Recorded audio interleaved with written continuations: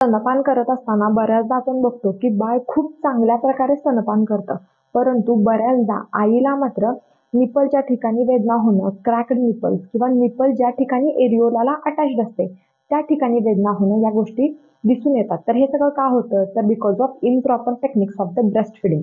तर ब्रेस्ट फिडिंगच्या काही महत्त्वाच्या आणि सोप्या टेक्निक्स काय आहेत ते आपण पाहूया. इमॅजिन करा की हे ब्रेस्ट आहे असं आपण इमॅजिन करू. हे जे पुढचा पोर्शन आहे तुम्हाला दिसतोय, हा जो टोकदार भाग आहे तो निपल आहे आणि हा जो ब्लॅक पोर्शन आहे ते एरिओला आणि हा जो स्किन कलरचा भाग आहे ते जर ब्रेस्ट आहे असं आपण इमॅजिन करूया. तर बऱ्याचदा आपल्याला दिसून येतं की इंजुरी कुठं होते, तर एकतर या निपलला समोर किंवा निपल ज्या ठिकाणी एरिओलाला अटॅच्ड होतं त्या भागाला most of the time injury होणं, वेदना होणं या गोष्टी आपल्याला दिसून येतात.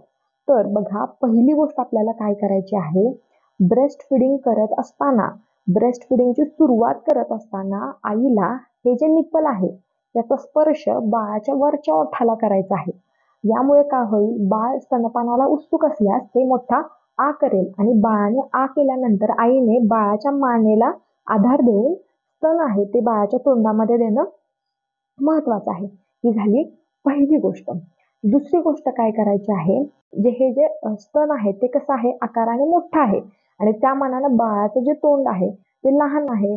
त्यामुळे स्तन बाळाच्या तोंडामध्ये देताना आईने सी शेप म्हणजे 4 बोटे एका बाजूला आणि अंगठा एका बाजूला या टेक्निकचा वापर करायचा आहे आणि खालच्या बाजूने स्तन प्रेस करायचे आहे आणि बेबीच्या तोंडामध्ये द्यायचे आहे. ही झाली पहिली गोष्ट.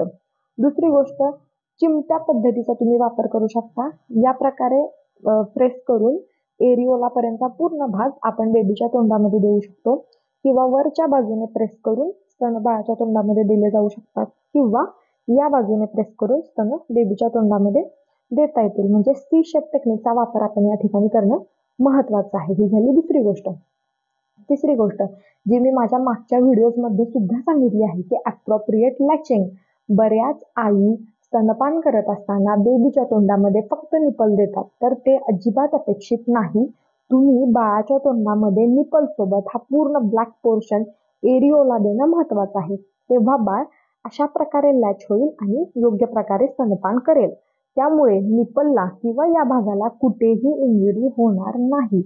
ही सर्वात महत्वाची गोष्ट आहे.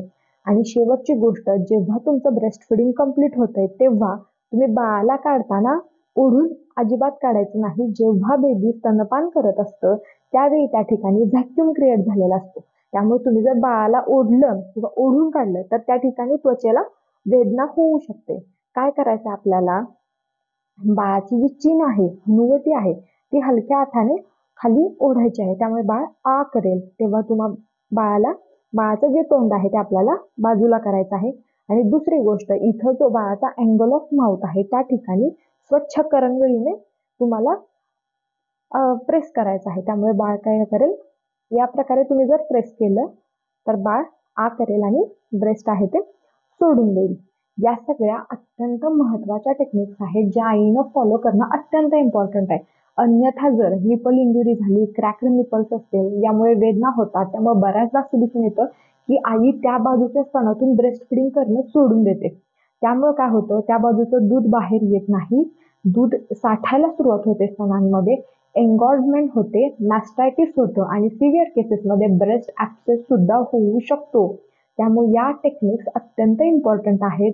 आणि दुसरी महत्वाची गोष्ट, जर स्तनांवर निपलवर क्रॅक झाले असतील, वेदना होत असतील, तर आईनं काय करायचं आहे, जर पाजणं शक्य नसेल, खूप त्रास होत असेल, तर तुम्ही एक्सप्रेस्ड ब्रेस्ट मिल्क ही टेक्निक यूज करू शकता आणि ब्रेस्ट मिल्क काढून तुम्ही ते वाटी चमच्याने बाळाला पाजू शकता. आणि बघा, जर जास्त त्रास होत असेल तर तुमच्या जवळच्या स्त्रीरोग तज्ञांचा सल्ला घेणं हे अत्यंत महत्वाचं आहे. आणि एक सोपी टेक्निक यूज करू शकतो की बाळाला स्तनपान करून झाल्यानंतर शेवटी येणारं जे दूध आहे, ज्याला आपण हँडी मिल्क म्हणतो, ते अत्यंत स्निग्ध आहे, ते देखील तुम्ही त्या ठिकाणी लावू शकता. त्यामुळे मॉइश्चर मेंटेन व्हायला मदत होईल. ही एक टेक्निक आपण यूज करू शकतो. थँक्यू.